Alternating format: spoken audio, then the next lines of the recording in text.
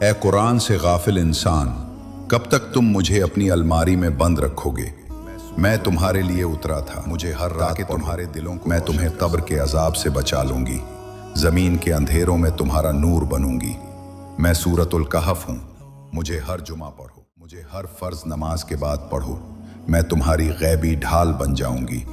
میں سورۃ البقرہ ہوں، مجھے اپنے گھر میں پڑھو، میں شیطان کو باہر نکال دوں۔ مجھے مرنے والوں کے لیے پڑھو، میں ان کا آخری سفر آسان کر دوں گی، اور زندگی میں بھی مجھے پڑھو، کیونکہ میں قرآن کا دل ہوں۔